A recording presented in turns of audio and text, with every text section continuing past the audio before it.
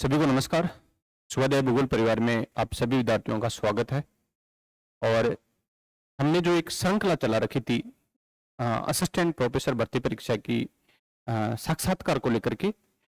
उस साक्षात्कार की श्रृंखला में जो आज हमारा सेशन रहेगा वो तीसरा सेशन रहेगा। हमने पहले 2 सेशन लिए थे,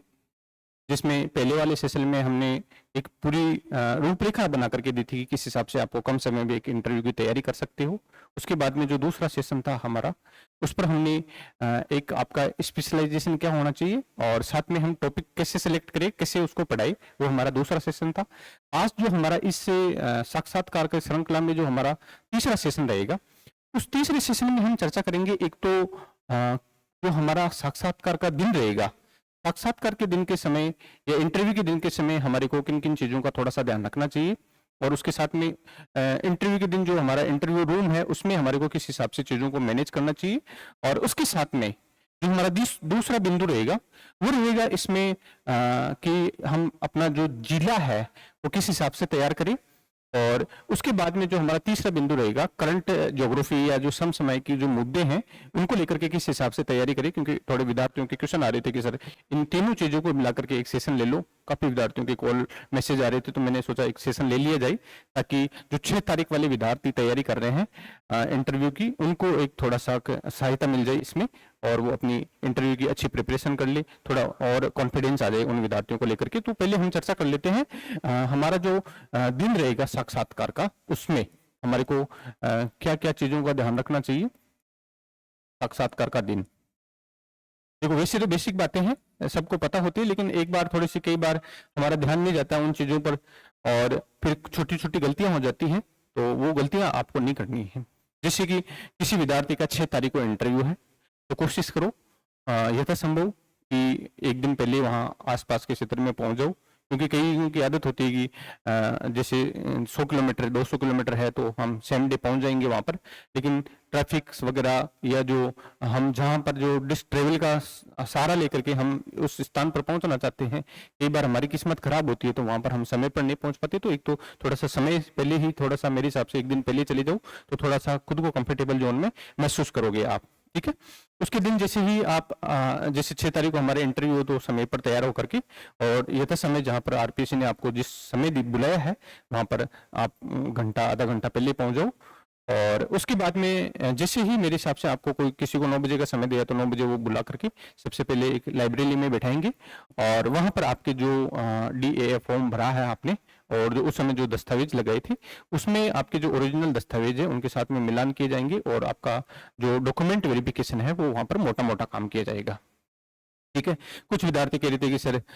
उस समय हमने वो डॉक्यूमेंट जो है कई जैसे EW है से या OBC वाले हैं, तो उस समय सर हमने पुराना दिया था तो हमारे को क्या नया लिया जाना चाहिए साथ में। अगर आपका बना हुआ है तो आप उस समय नया सबमिट वहाँ करवा सकते हो। कई बार क्या होता है इनकी वजह से जब हमारा रिजल्ट आता है तो उसमें हमारे को अगर हमने जमा नहीं करवाया है डॉक्यूमेंट तो फिर वो प्रोविजनल सूची में डाल देते हैं। सिलेक्शन तो हो जाता है हमारा, लेकिन प्रोविजनल सूची में डाल देते हैं दस्तावेज कमी की वजह से। तो ये स्थिति परिस्थिति नहीं बने, क्योंकि फिर बाद में अगर हमने बाद में जमा करवाएंगे तो कई बार तो क्या होता है वो समय पर सभी को साथ में एक साथ पोस्टिंग दे देते हैं, लेकिन कईयों की अगर कमी रहती है डॉक्यूमेंट्स की तो फिर वो पोस्टिंग में लेने में भी थोड़ी समस्याएं आती है। क्योंकि एक तो ग्रुप में काम होता है और उसके बाद में एक हमारे को पर्टिकुलर इंडिविजुअली जाकर के एफर्ट लगाने होते हैं, तो वो उन चीज़ों से बचना है आपको। अपने डॉक्यूमेंट्स जो है वो साथ ले जाइए, और उसके साथ में एक फोटोकॉपी का सेट भी ले जाइए। कोई डॉक्यूमेंट की कमी रही तो वहाँ आप अपना फोटोकॉपी दे सकते हो। ठीक है, बाकी जो रिक्वायरमेंट है वो आपने पढ़ लिया होगा, इसमें जो आपका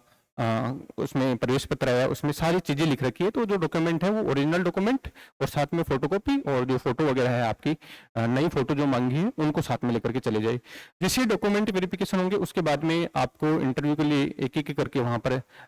बुलाया जाएगा, बाहर की तरफ बैठाया जाएगा। तो आप जैसे ही इंटरव्यू रूम में एंटर हो तो मेरे हिसाब से परमिशन ले लेनी चाहिए कि मैं कम इन सर, या फिर श्रीमान मैं अंदर आ सकता हूँ, जैसे आपको कंफर्टेबल लगे उस हिसाब से। फिर जैसे ही आप रूम के अंदर वो कहेंगे यस कमिंग आ जाओ आप, तो थोड़ा बैठने का आप ध्यान रखेंगे। वैसे थोड़े से वहाँ एक तो बोर्ड मेंबर होता है, साथ में कई बार 2 एक्सपर्ट होते हैं, तो उसके साथ में एक साइड में चेयर लगी हुई होती है उनके सामने, तो उस पर आप ऐसे नहीं कि आप सीधे ही वहाँ जा करके उस पर बैठ जाओ। अगर वो कहते हैं तो ठीक है बैठ जाओ, अगर थोड़ी देर नहीं कहते तो पूछ सकते हो कि श्रीमान मैं बैठ सकता हूँ इस हिसाब से। तो ये सारी चीज़ें आप हैं वो विशेष तौर से ध्यान रखेंगे। लेकिन ऐसे नहीं कि आप जाओ रूम में और सीधे जाकर के बैठ जाओ, थोड़ी देर खड़े रहो, या तो वो खुद ही बोल देते हैं ऑलमोस्ट, अगर नहीं बोलते हैं तो फिर आप पूछ सकते हो कि, ठीक है ना, इस चीज़ों के बारे में।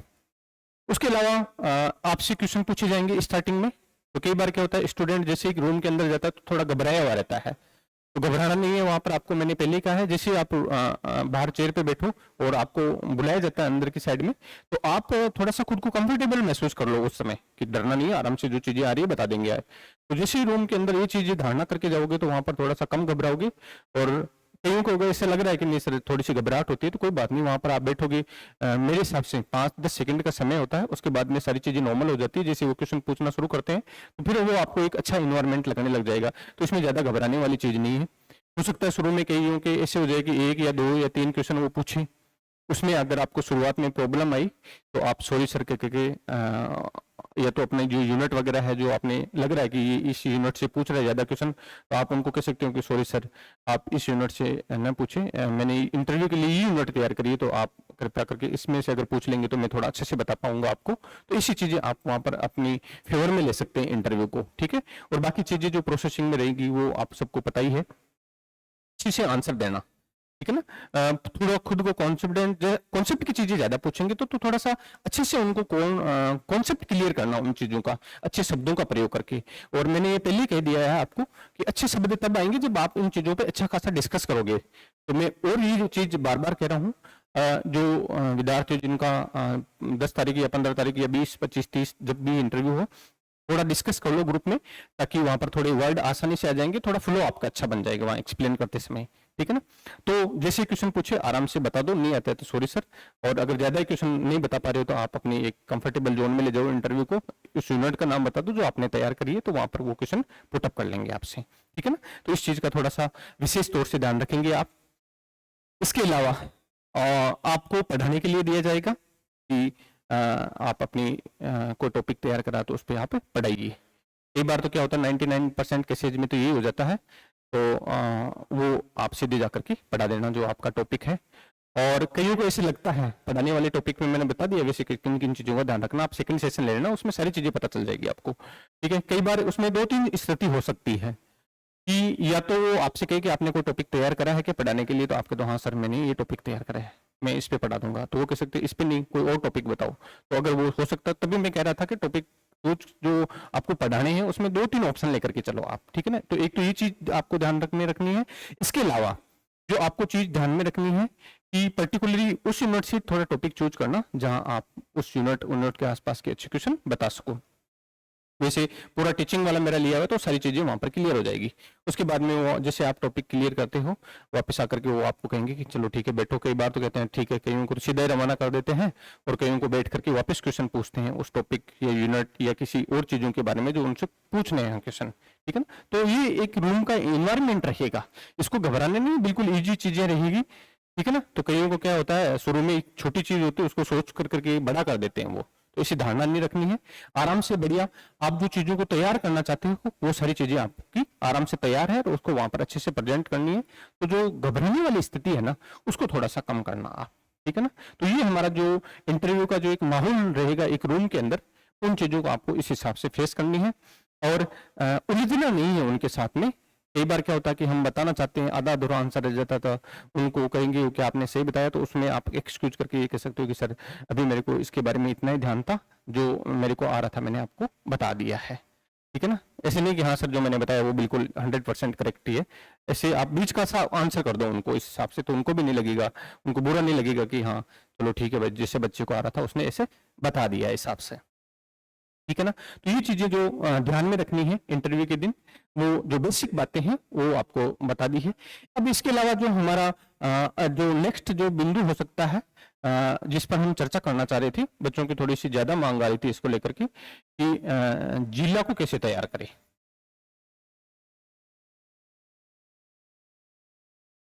जिला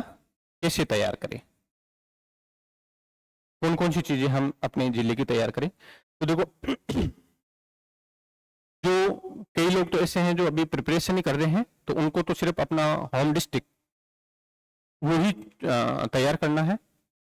और कई ऐसे हो सकते हैं जिनका होम डिस्ट्रिक्ट और कहीं पोस्टिंग प्लेस अलग है, तो उनको दोनों चीज जिले तैयार करने हैं। इसमें जो आपको जिला तैयार करना है वो जिला थोड़ा सा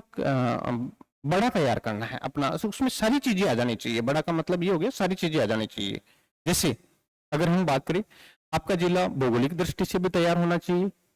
सांस्कृतिक दृष्टि से भी तैयार होना चाहिए, ऐतिहासिक दृष्टि से भी तैयार होना चाहिए। अगर कोई करंट का ज्वलनशील मुद्दा है आपके जिले को लेकर के और काफी न्यूज़पेपर में आ रहा है, तो उन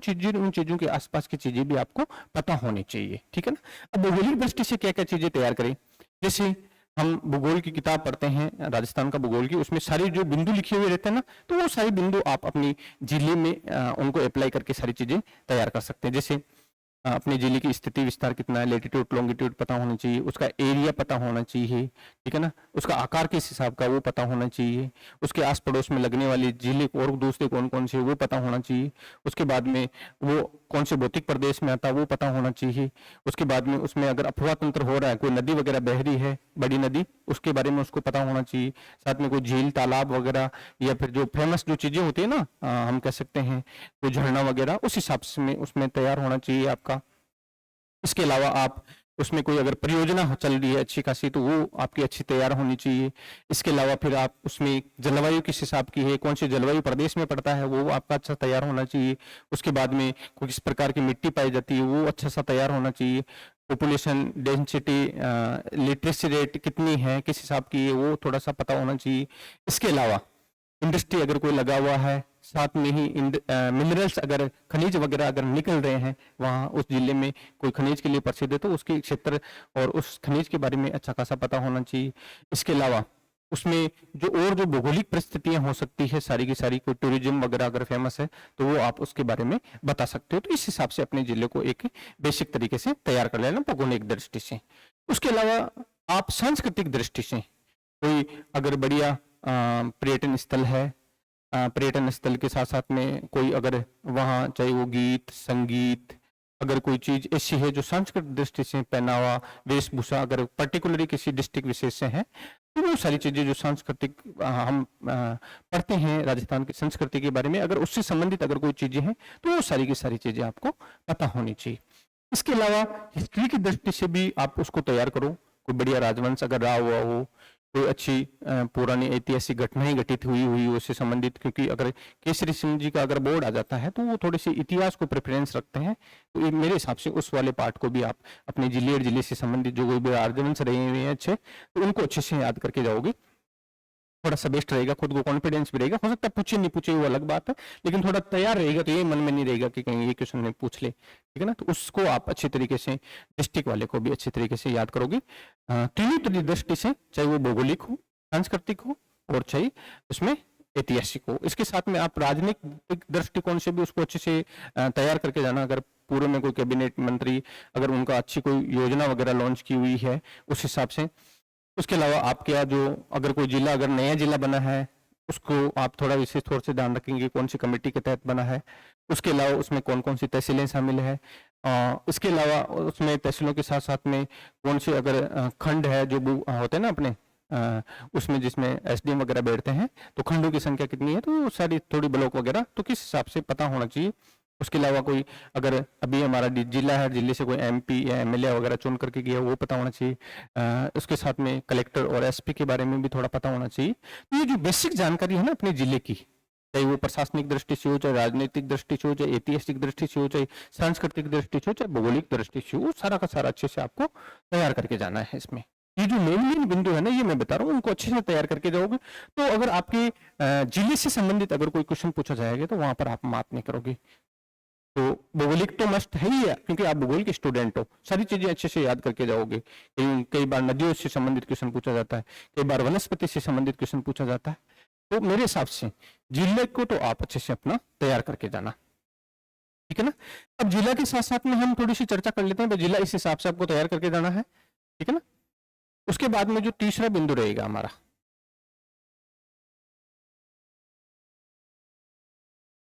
करंट ज्योग्राफी नाम दे दो इसको, क्योंकि विद्यार्थी ये कह रहे थे सर करंट ज्योग्राफी कहाँ से पढ़े हम,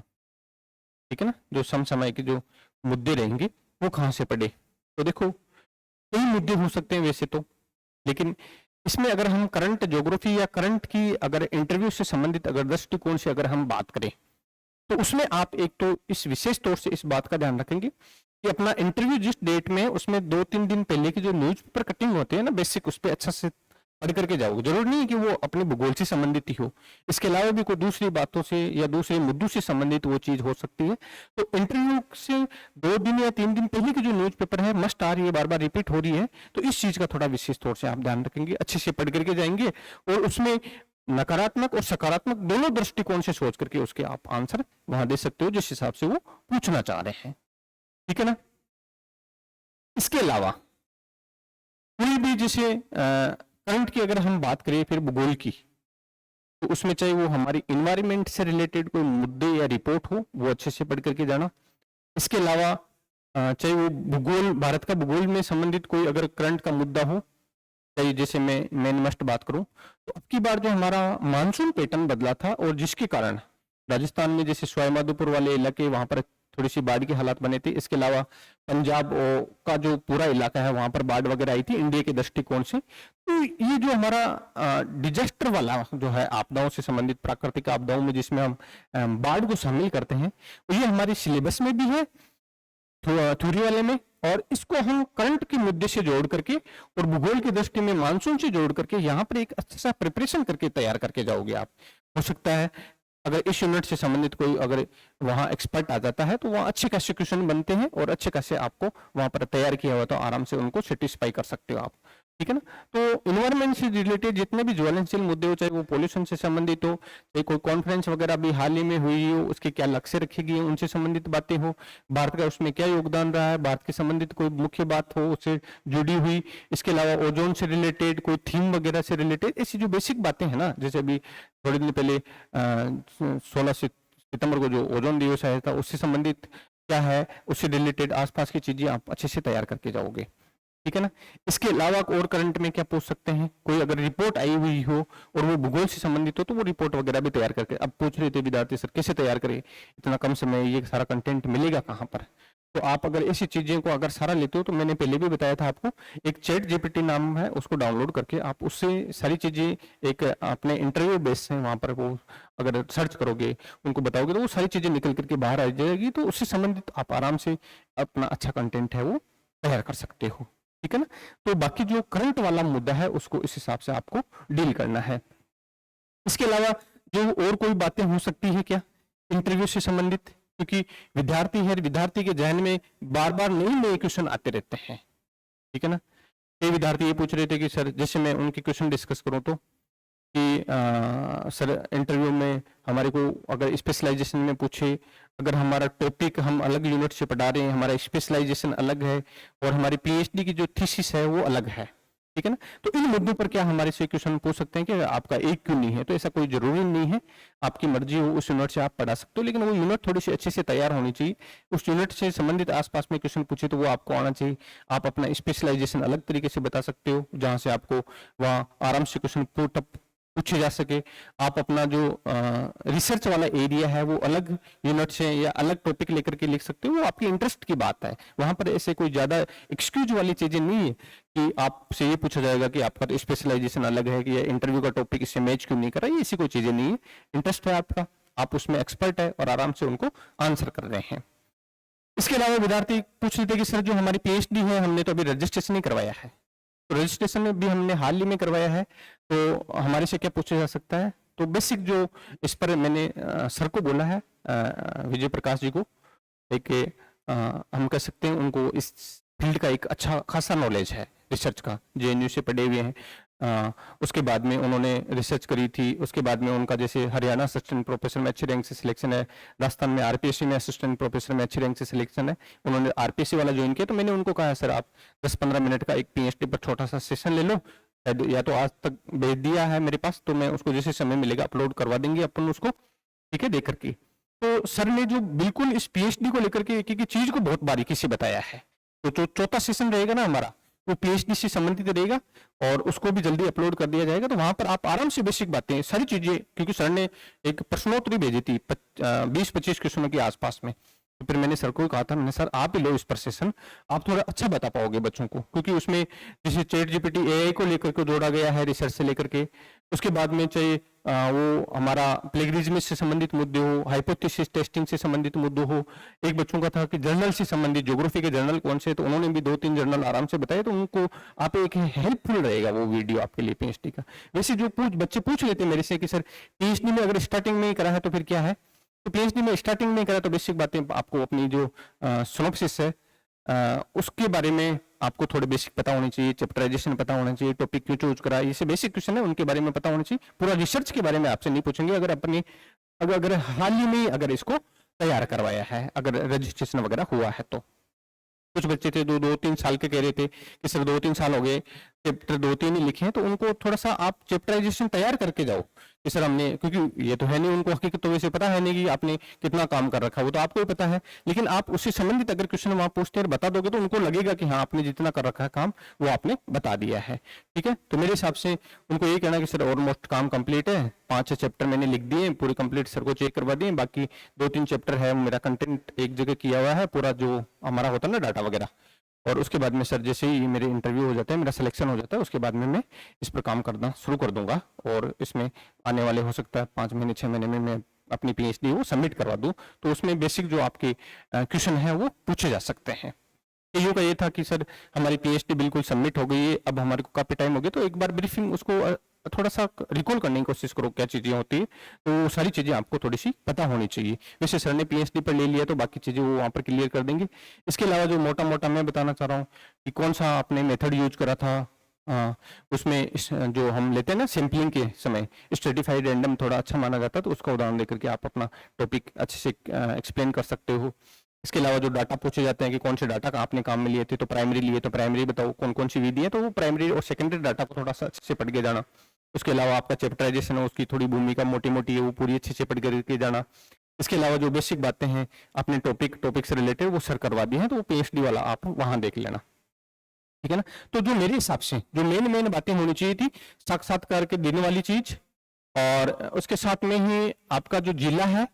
और जिले के साथ में करंट भूगोल है, वो मैंने मोटी मोटी जो बातें हैं वो बता दी है आपको। अगर इसके अलावा भी अगर कोई क्वेश्चन रहता है स्टूडेंट का तो चैट बॉक्स में डाल देना, वहां पर हम उस सारी चीजों को क्लियर कर देंगे। हाँ, एक स्टूडेंट आउट ऑफ स्टेट वाले बता रहे थे कि सर आप स्टेट वालों को इस हिसाब से बता रहे हो, तो आउट ऑफ स्टेट वाले बच्चों को किस हिसाब से हमारे को तैयार करनी चाहिए। तो देखो आउट ऑफ स्टेट वालों को राजस्थान से तो कम, और खुद के स्टेट और खुद स्टेट की बेसिक बातें, खुद का जो जिला है उससे संबंधित हो सकता है उनको कोई क्वेश्चन याद आ जाए या हो उनके पास में ऐसी जानकारी, तो वो वहां से क्वेश्चन पूछ सकते हैं। और बेसिक राजस्थान का नॉलेज आपको होना चाहिए, क्योंकि आपने राजस्थान में अप्लाई किया है, राजस्थान का आपने एग्जाम दिए, तो जो बेसिक बातें हैं राजस्थान का भूगोल, छोटा मोटा इतिहास, कल्चर, वो सारी चीजें आपको पता होनी चाहिए। साथ में आपका भूगोल अच्छा होना चाहिए, और पीएचडी जो बेसिक बातें हैं वो आपकी तैयार होनी चाहिए। कुछ विद्यार्थी कह रहे थे कि सर हमारे को 6 महीने हुए पीएचडी की हुई, तो मैंने बता लिया था उनको ये शामिल, क्योंकि ये क्वेश्चन आए हुए थे, तो इसको सोचा शामिल कर लो। 6 महीने में वाली वही बात है, आपका रजिस्ट्रेशन नहीं हुआ अभी, ऑलमोस्ट आपने ज्यादा कोई काम किया नहीं, तो आपका अपना जो यूं कह सकते हैं कि जो थीसिस तो नहीं कह सकते उसको, सिनॉप्सिस क्या होती है, सिनॉप्सिस में क्या किस हिसाब से चैप्टराइजेशन करा था आपने, ये टॉपिक क्यों लिया, किस हिसाब से आप रिसर्च करोगे, आपने क्या क्या टारगेट लेके, तो वो बेसिक बातें ऐसे क्वेश्चन आते हैं, तो वो आपको थोड़ा सा ध्यान में रखने हैं, ठीक है ना। तो इसमें जो ये 3 मुद्दे थे वो हमने शामिल कर लिए हैं। इसके अलावा जो विजीजी सर है वो आपको इसमें पीएचडी वाले पर अच्छे से बता ही देंगे, तो कोई समस्या वाली बात नहीं है, ठीक है ना। तो मेरे हिसाब से जो मेन जो मुद्दे थे वो हो गए हैं। इसके अलावा सर पूछ रहे थे कि सर कौन कौन से टॉपिक तैयार करें, टॉपिक वाला मैंने ले लिया है क्वेश्चन इसमें, तो टॉपिक वाली आपको उसमें आप जब देखोगे तो सारी चीजें अच्छे से पता हो जाएगी। एक पूछ रहा था सर इंटरव्यू और दिसंबर वाले एग्जाम को साथ में कैसे मैनेज करें। देखो मैंने पहले ही बता दिया था आप लोगों को कि जिनका 8, 10, 12, 15 नंबर के आसपास है, तो उनकी थोड़ी सी मेरे को कम संभावना लग रही है। 8 गुना पास किए, 3 गुना अगर पास करते तो उनका वैसे भी मेरे हिसाब से सिलेक्शन नहीं होता, जहां तक मैं मोटा मोटा बता पा रहा हूँ, ठीक है ना। तो उन स्टूडेंट्स की अगर पूरे में से पूरे आते हैं तो भी थोड़ी हल्की फुल्की संभावना होती है, तो पूरे में से तो पूरे किसी को देते नहीं, तो मेरे हिसाब से उन स्टूडेंट को अपना इंटरव्यू तो प्रिपरेशन करना ही करना है, लेकिन अपना दिसंबर वाला मेन एग्जाम टारगेट करते हुए उनको रिटर्न की तैयारी करनी है तो रिटर्न की तैयारी करोगे तो इंटरव्यू आपका ऑलमोस्ट तैयार हो जाएगा। बाकी जो मैंने मोटा मोटा सेशन ले रखे हैं उनको सुन लेना, उस हिसाब से मोटी मोटी तैयारी करके जाना, ताकि एक अनुभव भी हो जाएगा आपका इंटरव्यू को लेकर के। तो आप इस हिसाब से थोड़ा इंटरव्यू को कम समय देंगे, रिटर्न के एग्जाम को ज्यादा समय देंगे, तो वो चीजें मैनेज हो जाएगी आपकी, ठीक है ना। इसके अलावा भी कोई अगर एक दो क्वेश्चन और है तो मैं देख लेता हूँ एक बार।